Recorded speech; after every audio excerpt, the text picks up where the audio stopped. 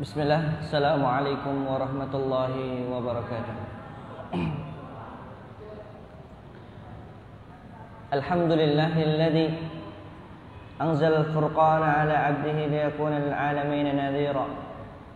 Asyhadu an la ilaha illallah wahdahu la syarika lah wa asyhadu anna Muhammadan 'abduhu wa rasuluhu la nabiyya wa la rasula ba'dahu amma ba'du. Ahibati fillah azzani Allah wa iyyakum. Alhamdulillah, pada pagi hari ini Allah tabaraka wa taala masih memberikan kepada kita kesempatan untuk menuju salah satu surganya Allah Subhanahu wa taala dengan cara kita menuntut ilmu. Dan hendaknya kita sebagai seorang penuntut ilmu bersyukur terhadap nikmat Allah tabaraka wa taala yang sangat mulia ini. Karena tatkala kita bersyukur kepada Allah, maka Allah lah yang akan menambahkan kepada kita nikmat-nikmat yang lainnya. Tapi kalau seandainya kita kufur terhadap nikmatnya, maka inna adzabi lasyadid. Ketahuilah bahwa azab Allah tabaraka wa taala amatlah sangat pedih. Salatan wa salaman ala habibina al-Mustafa sallallahu alaihi wasallam. Kita berselawat kepada baginda Nabi kita, seorang yang sangat kita cintai, seorang yang sangat kita agung-agungkan, dan seseorang yang sangat kita harapkan syafaatnya kelak pada hari kiamat, yaitu baginda Nabi kita Muhammad sallallahu alaihi wasallam. Ahibati wa ukhti fillah azzani Allah wa iyyakum. Insyaallah taala kita akan melanjutkan kajian kita dengan tema adab dan juga akhlak, yang mana kita akan ambil dari kitab Al-Adab Al-Asharah karya Syekh Dr. Abdullah bin Saleh Al-Utsaimin hafizahullah taala. Di Saleh ibn Abdullah ibn Hamid Al-Utsaimin hafizahullah taala. Alhamdulillah, pada pertemuan yang lalu kita sudah membahas tentang adab, bagaimana kita salam, dan bagaimana kita tatkala izin jika hendak mau masuk ke rumah orang lain. Dan insyaallah taala adab yang akan kita pelajari pada kesempatan kali ini adalah adab al-akli wasyurb. Bagaimana adab seorang muslim, seorang mukmin ketika makan dan juga minum. Qala al-musannif wafaqahu Allah taala, tsalits Sammillaha fi ibtida'i aklika wa syurbika qailan bismillah wa kul biyaminik wa kul mimma yalik fa idza faragta fal'aq asabi'aka wa qul alhamdulillah. Di sini al-musannif rahimahullahu taala mengatakan adab yang ketiga, yaitu adab yang berkenaan tentang makan dan juga minum. Terdapat 6 permasalahan di dalam bab ini. Beliau menyebutkan al-mas'alatu al-ula, permasalahan yang pertama, yaitu perkataan beliau, sammillaha fi ibtida'i aklika wa syurbik. Bacalah bismillah ketika engkau hendak memulai makan ataupun minum. Maka dari sinilah kita pahami bahwa kapan seseorang itu memulai membaca bismillah ketika hendak makan, bukan setelah makan ataupun setelah masuk satu suapan, tidak. Akan tetapi sebelum kita makan ataupun minum, kita ucapkan bismillah. Mungkin antum ada yang bertanya, kalau kita dari kecil dulu diajari doanya apa? Allahumma barik lana fima razaqtana wa qina adzabannar. Wallahu taala a'lam bissawab. Para ulama menyebutkan bahwa hadis ini masih dipertanyakan tentang derajatnya. Akan tetapi yang sahih, dalil yang benar yang diriwayatkan oleh Imam Bukhari adalah ketika seorang hendak hendak makan ataupun minum, kita cukup mengucapkan bismillah. Wal muradu bil ibtida', yang dimaksud dengan permulaan, maka yang dimaksud adalah apa? Al mubadaratu biqauliha qabla wuqu'il aqli wasyurb. Artinya sebelum kita makan dan minum pas, bukan bismillah kemudian nanti jaraknya 1 menit ataupun 5 menit ataupun 10 menit, bukan. Tapi ketika kita hendak contohnya mau makan atau minum, kita ucapkan bismillah, barulah kita minum ataupun makan. Wa ya'ti biha qabla syuru'ihi fi akli wasyurbi. Dan hal ini disyariatkan sebelum seseorang memulai untuk makan ataupun minum. Antum nanti praktekkan ketika dapat snack ya. Insyaallah taala nanti di akhir sesi. Al-mas'alah ats-tsaniyah, kemudian permasalahan yang kedua adalah qailan bismillah, yaitu mengucapkan bismillah hala tasmiyatika fi ibtida'il akli wasyurbi fataqulu bismillah. Ya. Maka ketika seseorang hendak makan ataupun minum cukup mengucapkan bismillah. Apakah harus bismillahirrahmanirrahim? Enggak. Tasmiyah, orang-orang ketika mengatakan tasmiyah itu cukup mengatakan bismillah. Tapi kalau basmalah itu lengkap, bismillahirrahmanirrahim. Antum harus bedakan.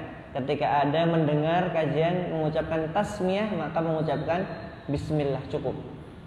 Tapi kalau basmalah itu lafadznya komplit, yaitu bismillahirrahmanirrahim. Antum bedakan di sana. Dalilnya apa? Rasulullah Shallallahu Alaihi Wasallam bersabda dari sahabat Umar ibn Abi Salamah radhiyallahu anhu, "Anna Nabiy Shallallahu Alaihi Wasallam qala, ya gulam sammillah, wahai anak kecil, ucapkanlah bismillah.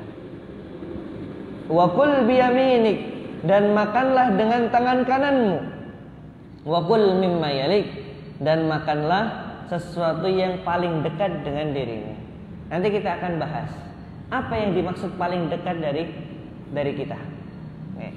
Maka dalil ini, ketika Rasul Shallallahu Alaihi Wasallam ada anak kecil, ternyata makannya ya kalau bisa dikatakan nggak aturan, ngambil sana ngambil sini dan belum bismillah, maka Rasul Shallallahu Alaihi Wasallam menegur anak kecil tersebut, ya gulam, wahai anak kecil, samillah, ucapkanlah bismillah, wakul biyaminik, dan makanlah dengan tangan kanan, wakul mimma yalik, dan makanlah sesuatu yang paling dekat dengan dirimu.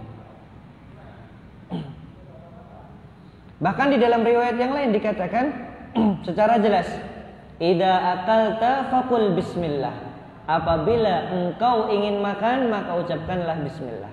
Kalau tadi hanya mengatakan dengan lafaz samillah, tapi kalau lafaz yang lain jelas menggunakan kata idza akalta, apabila engkau mau makan, menggunakan lafaz akalta. Adapun ziyadah, tambahan dengan mengucapkan Ar-Rahman Ar-Rahim, apakah diperbolehkan?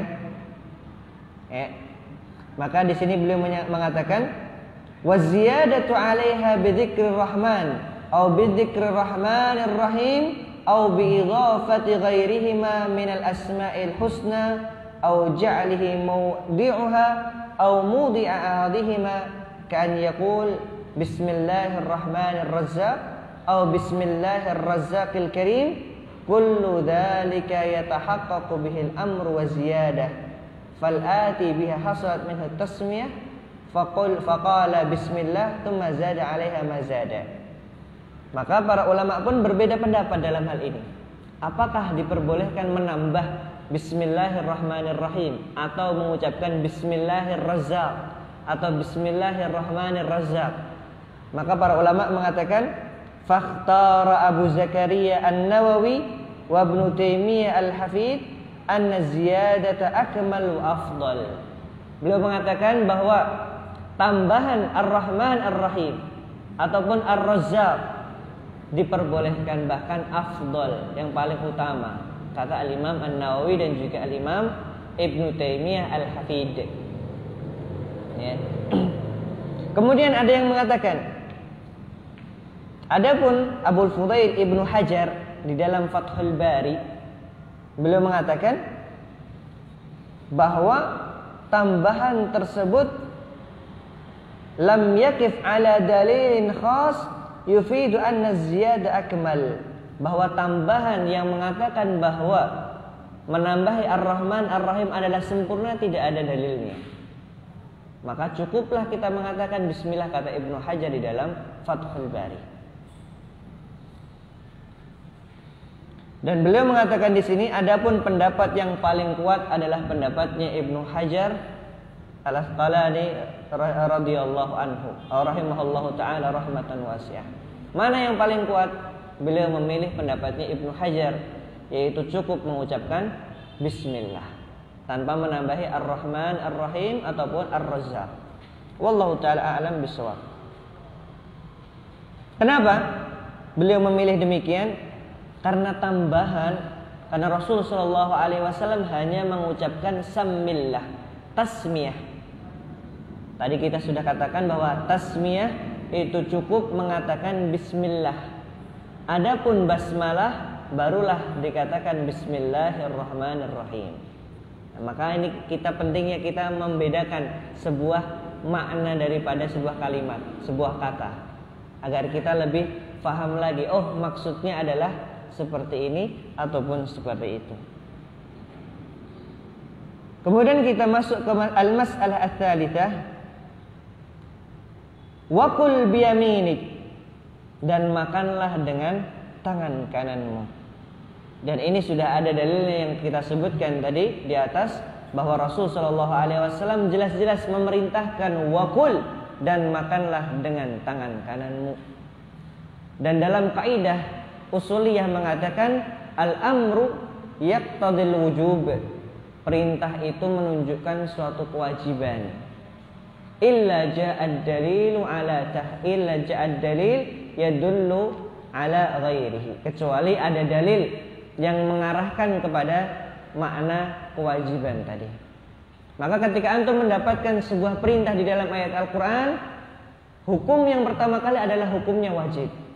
Sampai nanti ada dalil-dalil yang mengatakan, oh maksudnya perintah di sini adalah mustahab, sunnah hukumnya. Ini kalau kita membahas masalah kaidah-kaidah usuliyah. Kemudian ini yang harus kita perhatikan, ayyuhal ahibba al-fudala, makan menggunakan tangan kanan. Kadang kita enak ya, gorengan kanan, cabainya yang kiri langsung masuk, enak banget. Apalagi kalau tambah es teh, masya Allah, atau tambah kopi panas, wah lebih nikmat lagi. Tapi tetap harus kita perhatikan adab-adab di dalam makan dan minum. Subhanallah, inilah sempurnanya agama Islam. Sampai perkara-perkara makan, bahkan orang-orang Quraisy di zaman dahulu meyakini sebagai saksi kesempurnaan ajaran agama Islam. Kenapa?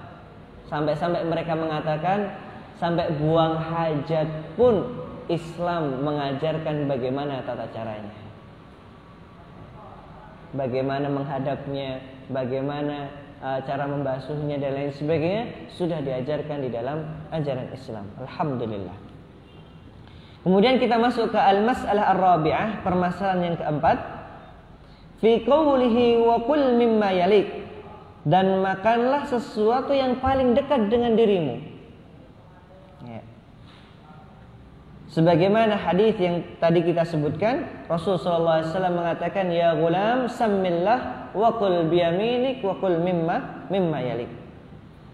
Wa mahalluhu, bagaimana keadaannya? Idza kanat ta'amu wahidan. Ini kita harus perhatikan secara detail. Apabila makanannya itu satu, fa in ta'addadat anwa'uhu, dan kalau seandainya macam makanannya itu banyak, ya, jaza ayyatanawala minhu ma ba'uda anhu, boleh memakan sesuatu yang jauh darinya. Contohnya, dalam satu nampan ada macam-macam. Ada di sini soto, ada di sini bakso, ada di sini rendang. Ya. Maka kita boleh untuk mengambil rendang walaupun itu jauh dari kita. Kenapa? Karena macam-macamnya hanya satu. Ya. Di dalam satu nampan macam-macamnya banyak, cuma hanya ada satu setiap macamnya, tidak ada yang lebih. Maka kita harus tidak mengapa mengambil sesuatu yang paling jauh. Ya. Ini keadaan yang pertama. Wa idza kanatil ma'idatu dzata sinfin wahid akala mimma yali. Tapi kalau seandainya di dalam jamuan tadi, di dalam meja tadi hanya satu macam saja, walaupun banyak, maka kita tidak boleh untuk mengambil yang jauh, harus mengambil yang dekat dengan kita. Contohnya semuanya rendang, ya, rendang semuanya. Maka antum ambil sesuatu yang paling dekat dengan antum. Jangan ngambil yang jauh. Baik. Wa in ta'addadat anwa'uha faqaruba syai'un wa ba'du syai'un akala mimma yuhib falahu ay ya'kula minal ba'idi anhu li'annahu laysa syai'un min jinsihi qariban minhu. Nah, beliau menegaskan lagi, maka kalau seandainya dalam suatu wadah terdapat banyak macam-macamnya, yang mana macam-macam tersebut hanya satu jenis saja, maka kita boleh untuk mengambil yang jauh, ya. Tapi pun yang jauh pun kita ambil yang paling dekat, jangan ngambil yang langsung sana, ya. Kesulitan antum. Atau mungkin minta kepada saudara antum, tolong ambilkan yang macamnya itu, yang rendang, tolong. Nah, antum ambil sana. Atau yang dendeng, atau yang bakso, atau yang lain sebagainya. Wallahu taala alam bishawab. Jadi kita perhatikan di sini, kapan dikatakan harus makan yang paling dekat? Ketika apa? Semua jenisnya sama. Tapi kalau jenisnya berbeda-beda, boleh nggak kita yang ambil yang jauh?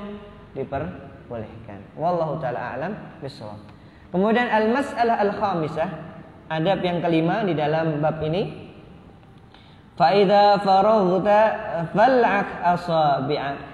Apabila engkau selesai makan, maka jangan lupa ngapain? Antum jilatin bekas buat alat untuk makan antum tadi, yaitu tangan kita. Kalau di zaman dahulu, ya, mereka menggunakan tangan. Oh, apa nggak ada sendok? Ada. Cuma Rasulullah SAW lebih banyak menggunakan tangan beliau. Kenapa? Karena bentuk makanannya tidak sama seperti kita. Kalau kita mungkin banyak yang cairnya. Kalau di Arab jarang yang cairnya. Ya. Antum melihat nasi mandi, nasi kebuli, nasi biryani, ataupun roti yang kemudian nanti ditaruh di kayak karinya. Nah, luar biasa. Antum cobalah di restoran Arab sekali-kali, biar tahu gimana makanan orang Arab. Pakai tangan enggak. Lebih serunya memang menggunakan pakai sendok enggak, tapi menggunakan tangan. Dan beliau makan dengan menggunakan 3 jari wajar, karena bentuk makanannya sifatnya tidak cair. Tapi kalau antum pengen mencontohkan, masya Allah, pengen ikuti sunnah nih, yaitu dengan 3 jari, padahal ada kuah di sana, antum kobok-kobok, bukan jadi makanan, tapi antum jadi tempat kobokan. Ya, tidak seperti itu caranya. Ikuti sunnah oke, tapi harus mengikuti bagaimana bentuknya dan bagaimana caranya. Kecuali kalau seandainya antum beli nasi goreng, ya, maka nggak bisa antum menggunakan tangan. Atau antum makan di rumah makan Padang, antum bisa makan pakai tangan, lebih seru pakai tangan. Wallahu a'lam bishawab. Dan bahkan ini kalau bagi suami istri, masya Allah, tambah romantis banget. Ya. Dan ini sunnah, yaitu apa? Menjilati tangan yang sudah beristri loh, ya. Antum yang belum beristri sama teman antum, nih berkah ini, ya, jangan. Ya. Antum sendiri saja, antum mengambil berkah di sana. Baik. Maka di sini beliau meringkaskan bahwa adab di dalam makan dan minum itu terbagi menjadi 3 kategori. Yang pertama adab sebelum makan, kemudian adab ketika makan, dan adab setelah makan. Masya Allah. Ya. Adab sebelum makan tadi apa? Mengucapkan basmalah, mengatakan tasmiyah, ya, tasmiyah. Kemudian ketika di pertengahan makan apa adabnya? yaitu menggunakan tangan kanan dan makan sesuatu yang paling dekat dengan kita. Dan apabila selesai, maka sunnahnya apa? Untuk menjilati bekas tangan yang kita gunakan untuk makan tersebut. Dan kemudian juga adab yang lainnya yang perlu kita perhatikan adalah tentu ketika selesai makan dan minum kita mengucapkan alhamdulillah. Ini menunjukkan bahwa kita bersyukur terhadap nikmat Allah Subhanahu wa taala. Ya. Jangan sampai nikmat yang sudah masuk pada diri kita kita lupakan nikmat tersebut. Tapi ketika kita nggak mendapatkan nikmat tersebut, kita nggersuloh. Kita bingung mau cari di mana. Padahal semuanya sudah Allah Tabaraka wa taala berikan kepada kita. Tinggal kita mau untuk bersyukur atau enggak daripada nikmat tersebut. Baik. Kemudian Rasulullah sallallahu alaihi wasallam bersabda, "Idza akala ahadukum fala yamsah yadahu hatta yal'aqaha aw yul'iqaha." Apabila seseorang selesai makan, maka hendaknya janganlah membasuh tangannya sampai dia menjilati atau dijilati tangannya. Ini termasuk adab ahifillah, bukan sesuatu yang menjijikkan, tapi memang ini adalah adab di dalam agama Islam. Dan Ana pernah baca di sebuah artikel bahwa ada sebuah enzim yang dapat membantu pencernaan. Wallahu taala alam bisawab. Mungkin di sini ada yang dari kedokteran atau dari keperawatan kesehatan, atau mungkin pernah mendengar demikian. Jadi ada bakteri yang dapat membantu untuk pencernaan kita. Wallahu taala alam bisawab.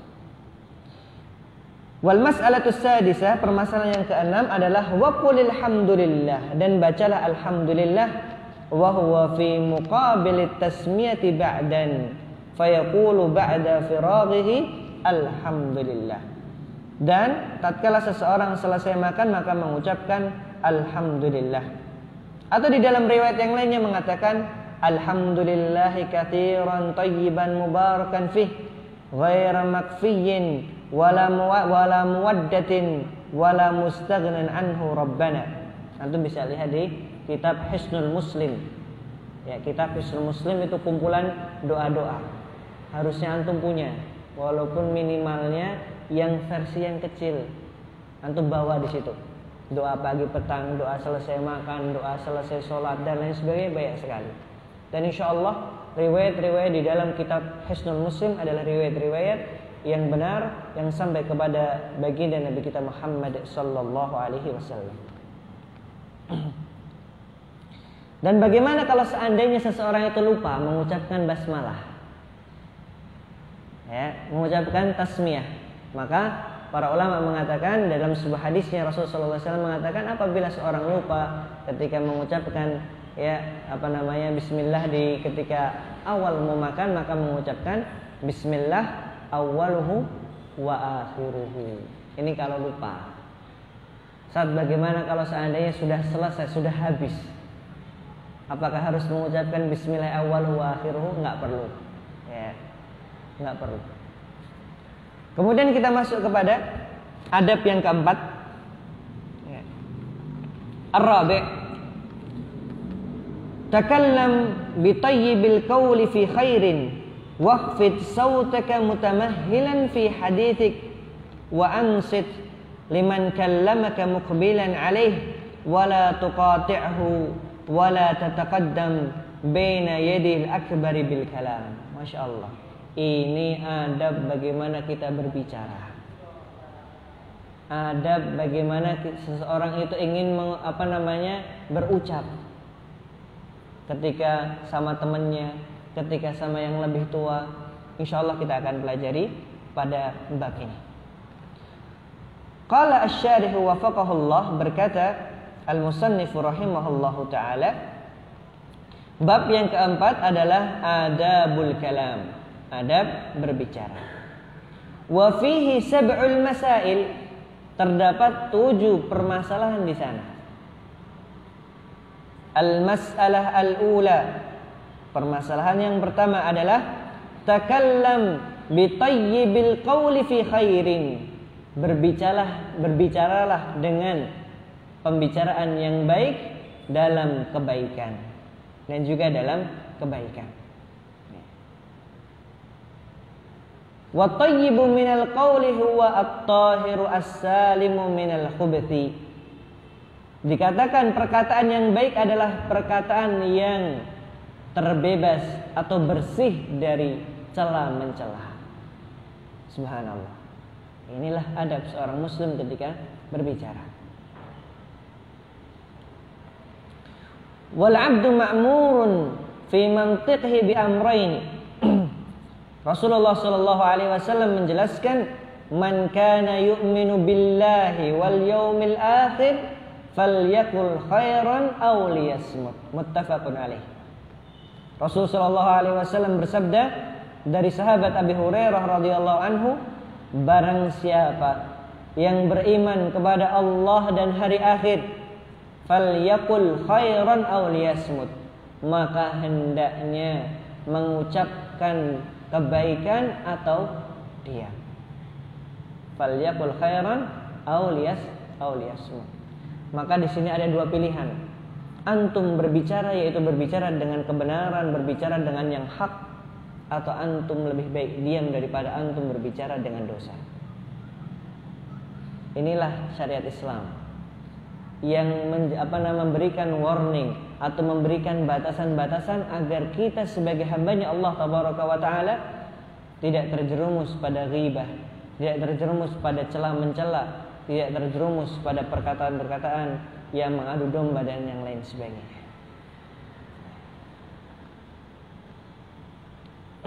Wa ahaduna yu'maru idza takallam. Maka kita diperintahkan dalam hal ini dua hal. An yaqula khairan, untuk mengucapkan sesuatu yang baik, atau an yahfaz mantiqahu fala yatakallama bi syai', atau menjaga mantik, yaitu tempat keluarnya suara kita, yaitu mulut kita, agar kita tidak mengucapkan segala sesuatu yang diharamkan oleh Allah Subhanahu wa Ta'ala. Insyaallah kalau seandainya semuanya seperti itu, menerapkan adab-adab Islam yang seperti ini, insyaallah nggak ada yang namanya ghibah. Insyaallah nggak ada yang namanya celah-mencela. Bahkan termasuk akidah Ahlussunnah wal Jamaah adalah tidak mencela pemimpin kita. Maka ketika seorang memperhatikan ini, kita akan terhindar daripada celah-mencela sesama kaum muslimin. Tapi apa? Yang kita unggulkan adalah husnudzon kepada mereka, berbaik sangka kepada mereka. Dan inilah yang diperintahkan oleh Allah Jalla wa'ala di dalam kitabnya dan juga di dalam sunnahnya Nabi Muhammad Sallallahu Alaihi Wasallam. Apalagi nih buat kaum wanita, insya Allah nggak ada yang namanya ghibah lagi, ya, nggak ada yang namanya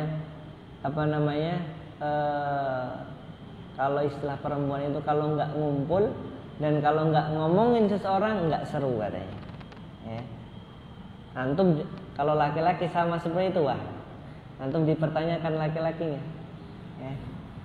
Maka kalau bisa ketika antum berkumpul adalah antum membicarakan sesuatu yang baik, merancangkan sesuatu yang bermanfaat untuk umat ini, yaitu umatul muslimin. Kemudian al-mas'alah ats-tsaniyah, permasalahan yang kedua adalah waqfid sautak, dan rendahkan suaramu. Maka ini adab yang kedua dalam adab berbicara. Artinya apa? Tidak sampai teriak-teriak, ya, atau membentak-bentak, tidak. Tapi lihat sesuai dengan uruf keadaan suatu masyarakat tersebut. Kalau seandainya nih kita orang Jawa ke Medan, yang mana mereka agak teriak, kemudian kita mengatakan antum nggak beradab nih, bukan seperti itu. Karena urufnya berbeda. Kalau mungkin orang Jawa agak pelan, tapi ketika orang Medan agak tinggi suaranya, atau mungkin ke Sulawesi, ataupun bahkan kalau seandainya ke Papua, mungkin suaranya lebih keras daripada kita. Maka kita katakan bukan qalil adab, bukan tidak beradab, tapi memang keadaan masyarakat di sana seperti itu suaranya. Nah, antum pun juga ketika di sini ada orang, contohnya orang Sulawesi atau orang di luar Jawa, ke Jawa, kok antum ngomongnya pelan-pelan ya, ana nggak dengar. Nah, contohnya, bukan seperti itu juga. Tapi di sini melihat kondisi, melihat keumuman masyarakat di sana. Ya. Maka kalau seandainya Ustadz Jawa kok kemudian suruh ngisi di luar Jawa, kayaknya kurang cocok. Ya. Suaranya nanti kalah sama mereka, sama jamaahnya. Wallahu a'lam bishawab. Kemudian al-mas'alah ats-tsalitsah, permasalahan yang ketiga, mutamahhilan fi haditsik. Selain kita suaranya kita turunkan dan juga kita pelan-pelan di dalam berbicara. Artinya apa? Ketika kita berbicara, usahakan bagaimana saudara kita nyaman dan saudara kita faham apa yang kita bicarakan. Kalau ana menurut antum kecepatan nggak ngomongnya? Sedang ya, alhamdulillah. Dan agar tersampaikan apa tujuan daripada kita berbicara tersebut. Udah pelan, cepat lagi. Wallahu alam. Apakah ini hanya sekedar spekulasi anak? Rata-rata teman-teman anak yang mereka masya Allah luar biasa dalam segi otaknya, ya, pinter dan mudah menghafal, rata-rata mereka ngomongnya cepat. Ya, jarang sekali ngomongnya pelan. Bahkan hampir kita nggak paham apa yang diucapkan teman kita. Dan rata-rata seperti itu teman-teman kita yang masya Allah punya kelebihan di dalam otaknya. Apakah ini sesuatu sudah ditulis di jurnal ilmiah? Wallahu a'lam bishawab. Kemudian al-mas'alah ar-rabi'ah, permasalahan yang keempat adalah wa ansit liman kallamaka, dan diamlah ketika ada orang yang mengajak engkau berbicara.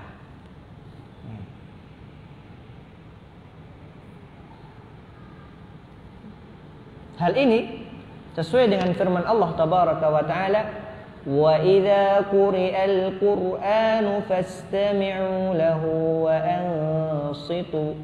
Apabila dibacakan kalian Al-Qur'an, maka dengarkanlah dan juga perhatikanlah. Ya. Dengarkan dan juga diam.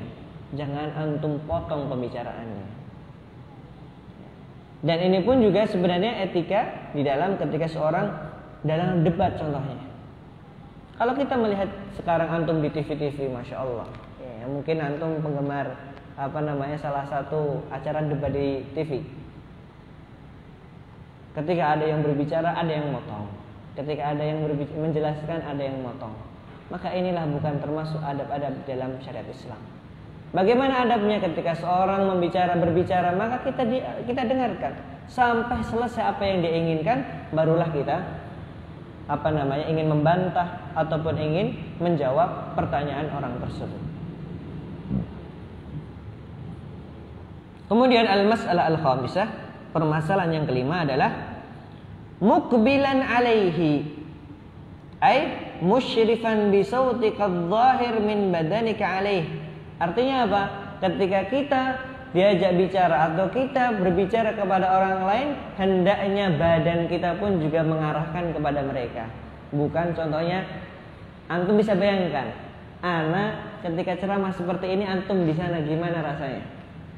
Ya, rasanya kayak dikacangin, dicuekin, ya, nggak enak. Tapi tatkala kita masya Allah bersama sahib kita, bersama teman kita, fulan, anak ingin bicara kepada antum. Antum berhadapan dengan mereka, antum ajak bicara, insya Allah ya, apa yang antum bicarakan, apa yang antum ingin sampaikan, insya Allah akan tersampaikan. Tapi kalau seandainya yang satunya, apalagi sekarang zaman gadget, antum bicara, teman antum di sini, gimana kabarnya, gimana rasanya, nggak enak.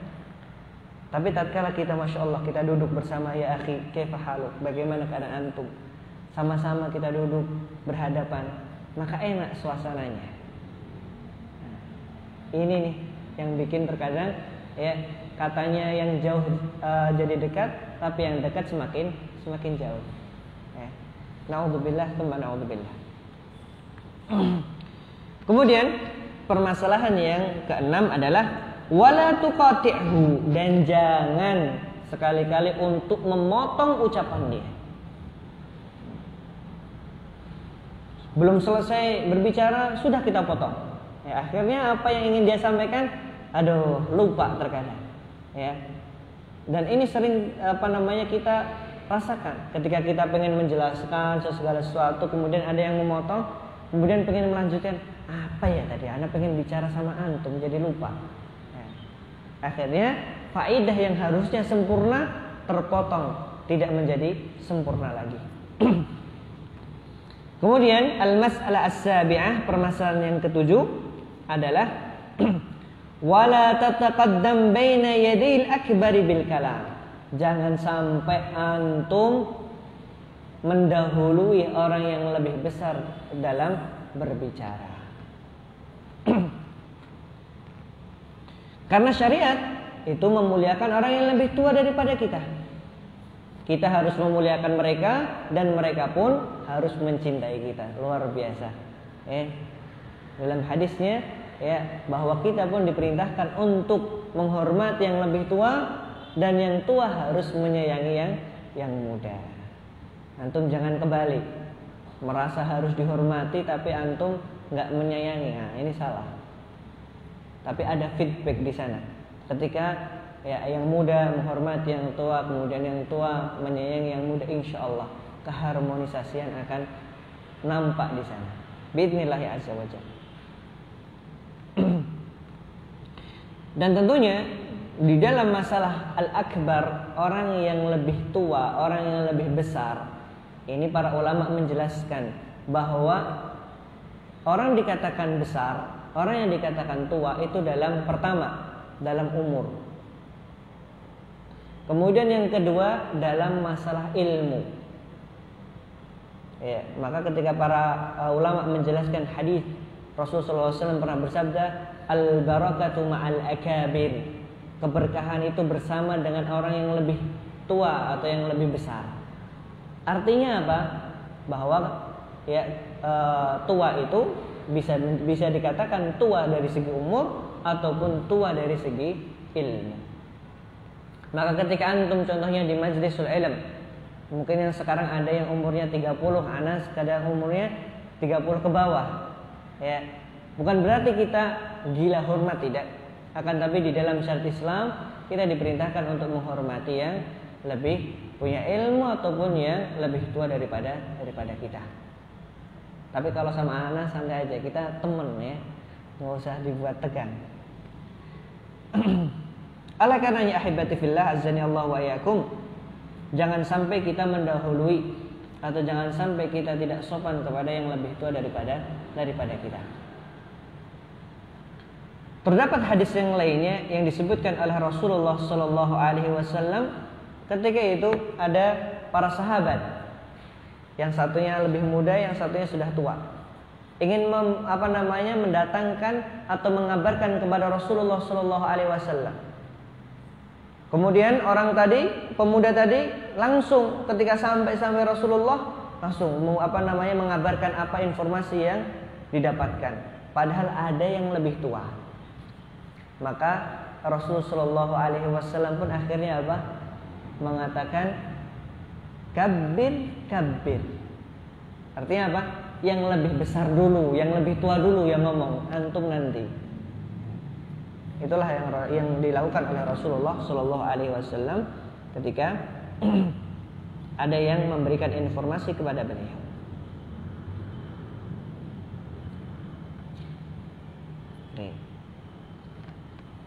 Kita sampai jam berapa? 45 menit. Baik, kemudian kita akan buka sesi tanya jawab. Hadza wa sallallahu ala nabiyyina Muhammad wa akhiru da'wana alhamdulillahi rabbil alamin. Insyaallah dalam setiap sesinya kita akan mempelajari 2 bab atau 2 adab setiap sesinya insyaallah, agar tidak banyak-banyak. Dan juga nanti di sini ada 10 adab. Insyaallah 5 pertemuan kita selesai biidznillah azza wajalla. Fadhal, yang ada pertanyaan? Tapi sebelumnya ana ingin meringkaskan kepada antum.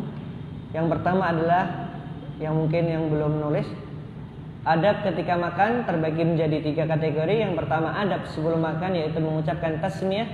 Kemudian adab ketika makan, yaitu menggunakan tangan kanan ataupun memakan sesuatu yang paling dekat dengan dirinya.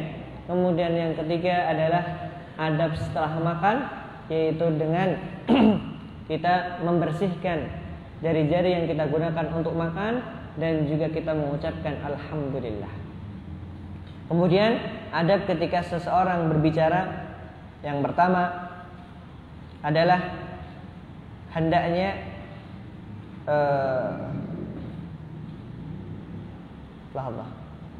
baik, kita berbicara dengan bahasa yang baik, bahasa yang benar, ya.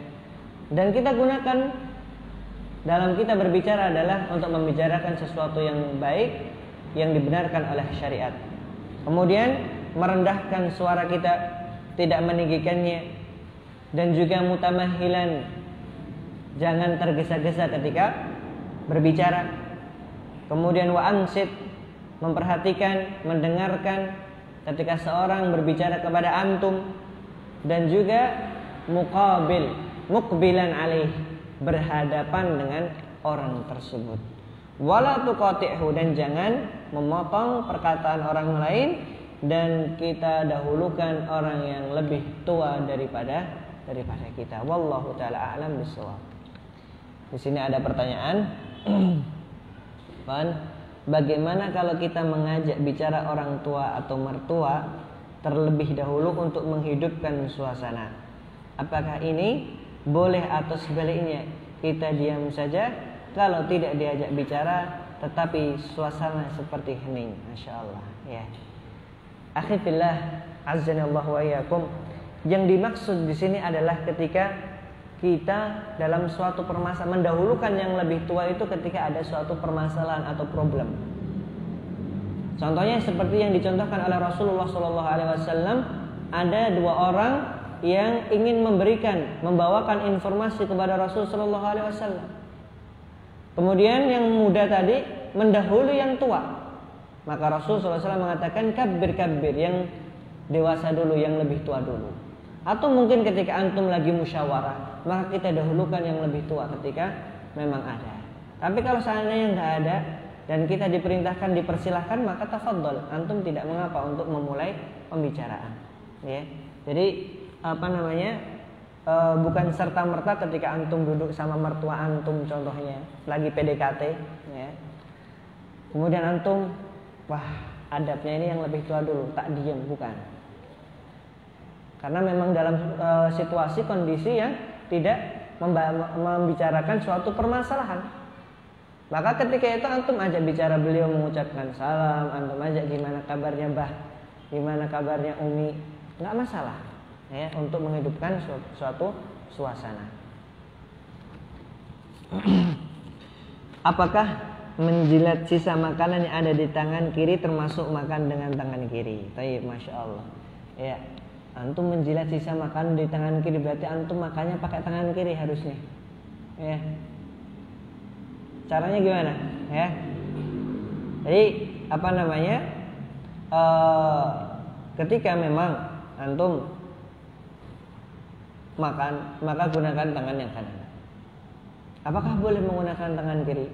Para ulama tidak mengatakan suatu keharaman, akan tetapi hal tersebut adalah makruh.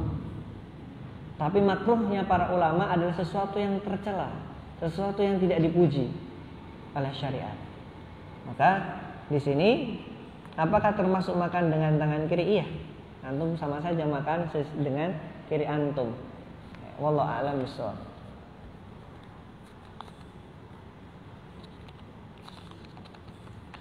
Afwan ingin bertanya bagaimana minta izin atau adabnya meminta izin untuk menikah. Masya Allah. Yang tidak menyakiti atau tidak menyinggung perasaan orang tua. Ini sebagai perempuannya atau lakinya? Laki-lakinya ya. Ini kayaknya dari ikhwan ya. Anak sudah minta izin juga, alhamdulillah. Ini gitu. Bagaimana caranya? Yang pertama, antum dekati mereka. Ya. Ketika antum yang paling dekat dengan mereka adalah umi antum, ibu antum, maka antum berbicara dulu, konsultasi dulu sama orang tua antum. Ingat hadis yang mengatakan al-barakatu ma'al akabir, orang tua pun juga termasuk. Karena keberkahan itu ada pada mereka. Ya. Ketika kita minta bah atau umi yang paling dekat, kok rasa-rasa pengen nikah ya bah, Mi, gimana pendapat umi?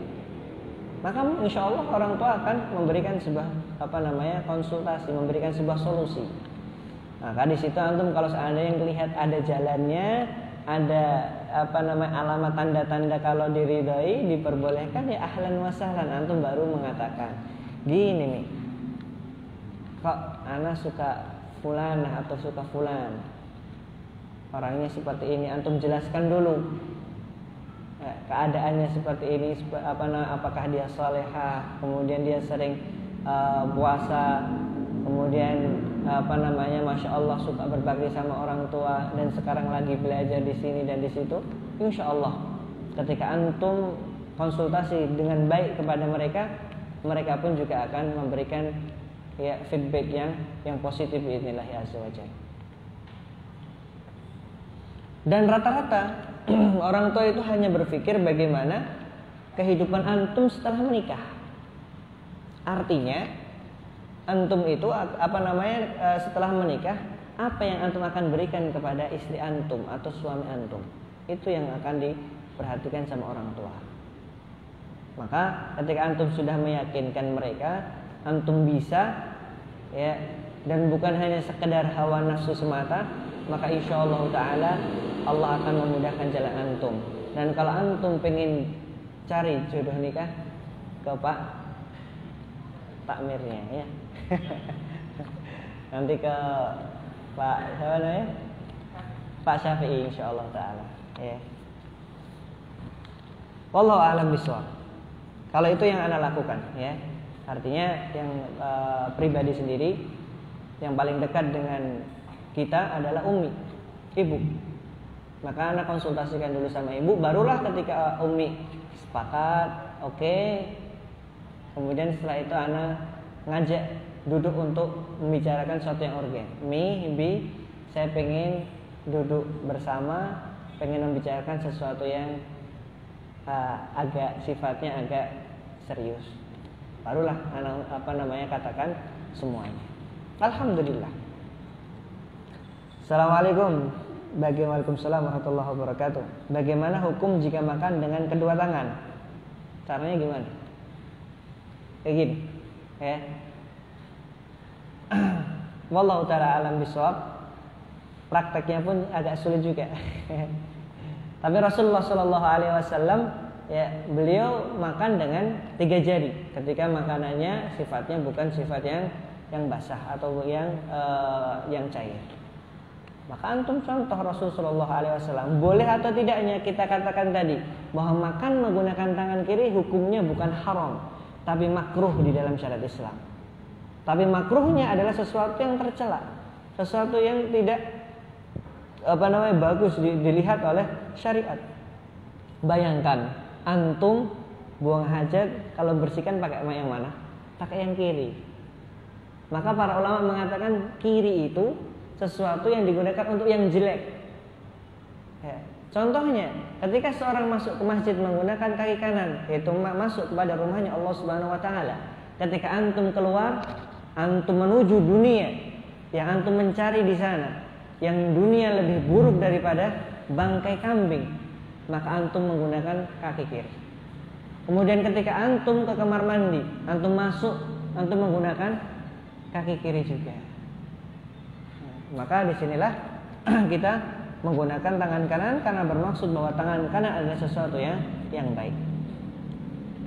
Wallahu a'lam bishawab. Apakah harus mencuci tangan dahulu saat mau makan setelah tertidur meski sebentar? Ya.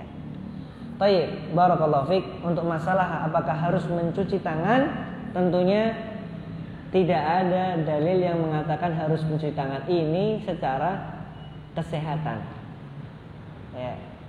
Adapun kalau kita mengkiaskan kepada wudu. Ketika seorang tidur maka diwajibkan harus wudu, walaupun tidurnya tidak lama.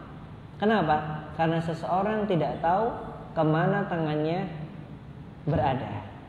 Apakah memegang ini atau memegang itu, maka tidak tahu. Maka diwajibkan untuk berwudu tatkala seorang selesai tidur, walaupun itu sebentar.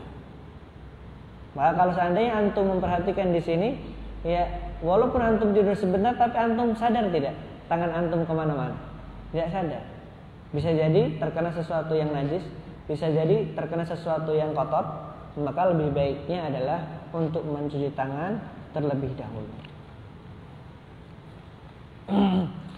Assalamualaikum warahmatullahi wabarakatuh. Waalaikumsalam warahmatullahi wabarakatuh. Nah ini perhatikan ya, jangan sampai antum doa itu disingkat-singkat.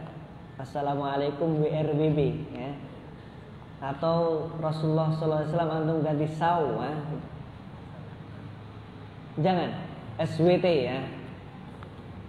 Subhanahu wa ta'ala. Kalau bisa doa, antum tulis yang panjang. Antum saja kalau ngechat sama siapa ya, sama istri antum lah. Kalau yang punya istri, panjang, Dek, I love you, Masya Allah. Antum tulis secara komplit. Tapi kenapa ketika berdoa antum singkat-singkat? Usahakan antum tulis secara sempurna. Ataupun antum tulis Assalamualaikum, cukup insya Allah ta'ala. Saya izin bertanya, bagaimana cara memaafkan masa lalu? Masya Allah, nggak bisa move on kayaknya ini. Apakah ketika saya taubat dan tidak mengulangi kesalahan saya ke orang lain, apakah harus minta maaf dan menjelaskan kesalahan yang dahulu? Atau bagaimana, Tat? Mohon solusinya, Tat. Kayaknya ini sudah di pertemuan yang lalu kalau nggak salah ini. Diulangi lagi. Baik.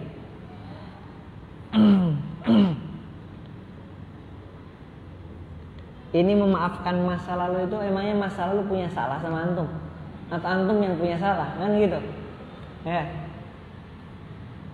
Apakah ketika saya taubat dan tidak mengulangi kesalahan saya ke orang lain, apakah harus minta maaf? Ya tentunya, ketika kita membuat kesalahan kepada orang lain, kita harus meminta maaf.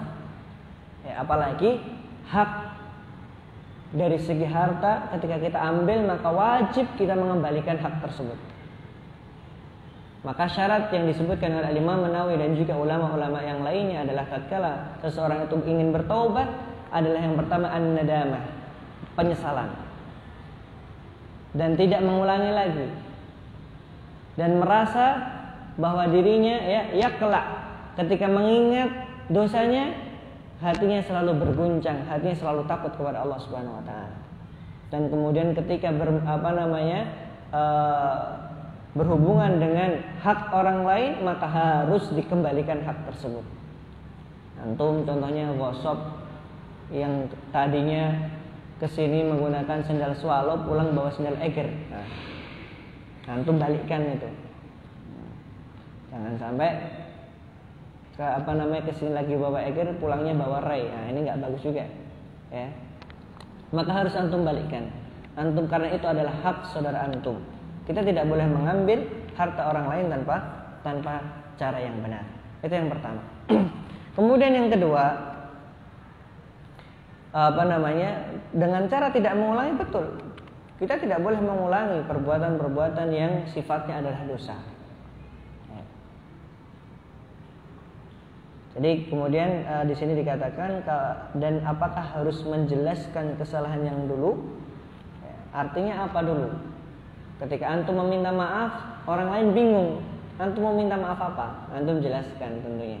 Oh, anda telah mengambil harta antum seperti ini, maka tolong maafkan saya. Ada sebuah cerita di zaman ayahandanya Al-Imam Abu Hanifah rahimahullah ta'ala rahmatan wasi'ah.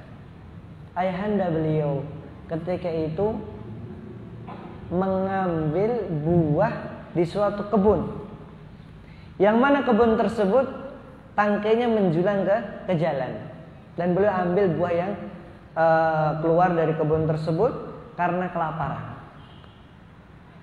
Padahal di dalam syariat Islam boleh enggak kita mengambil sesuatu buah yang keluar dari ardun ghaib atau tanah orang lain, maka syariat memperbolehkan dengan syarat antum harus makan di situ, dan ketika itu antum darurat dan tidak membawa pergi makanan tersebut atau buah tersebut, boleh. Ya. Antum praktekkan kalau mau, iya nggak masalah, tapi antum nggak boleh bawa kabur buahnya, ya. Antum makan di tempat tersebut. Itu pun ketika keluar dari tanah milik orang lain, bukan tanah milik dia. Ya. Maka suatu ketika akhirnya merasa bersalah, sudah mengambil ya buah tanpa izin dari pemilik tersebut. Akhirnya beliau pun meminta ridho kepada pemilik kebun tadi. Maka bapak tadi mengatakan, wallahi la arda, demi Allah aku tidak ridho sampai kamu mau menjadi menantuku. Tapi anakku adalah orang yang tuli, orang yang buta, orang yang lumpuh. Saya ridho kamu sudah mengambil satu buah, ketika itu buah apel diceritakan, sampai kamu mau menjadi menantuku. Masya Allah, kalau antum tawarin seperti itu gimana? Istri antum seperti itu modelnya, buta, tuli, dan lumpuh, gak bisa apa-apa. Tapi subhanallah, ternyata ada ada pesan di balik itu semuanya. Akhirnya bapak dari Abu Hanifah tadi kembali pulang. Kemudian karena rasa imannya dia, takutnya dia kepada Allah Subhanahu wa taala, akhirnya baik lagi. Ya sudah, saya terima perjodohan ini lillahi subhanahu wa ta'ala, demi mengharapkan ridha Allah Subhanahu wa ta'ala. Maka akhirnya ketika sudah dinikahkan dan sudah satu ruangan dengan istrinya, kaget. Kenapa? Wanita tadi adalah orang yang paling cantik, wanita tadi orang yang paling sempurna, tidak tuli, tidak buta, dan tidak lumpuh. Maka terheran-heran, loh, bapak tadi mengatakan demikian, kenapa kok seperti ini? Maka beliau mengatakan, iya, tulinya dia adalah tidak mendengarkan sesuatu yang diharamkan oleh Allah Subhanahu wa taala.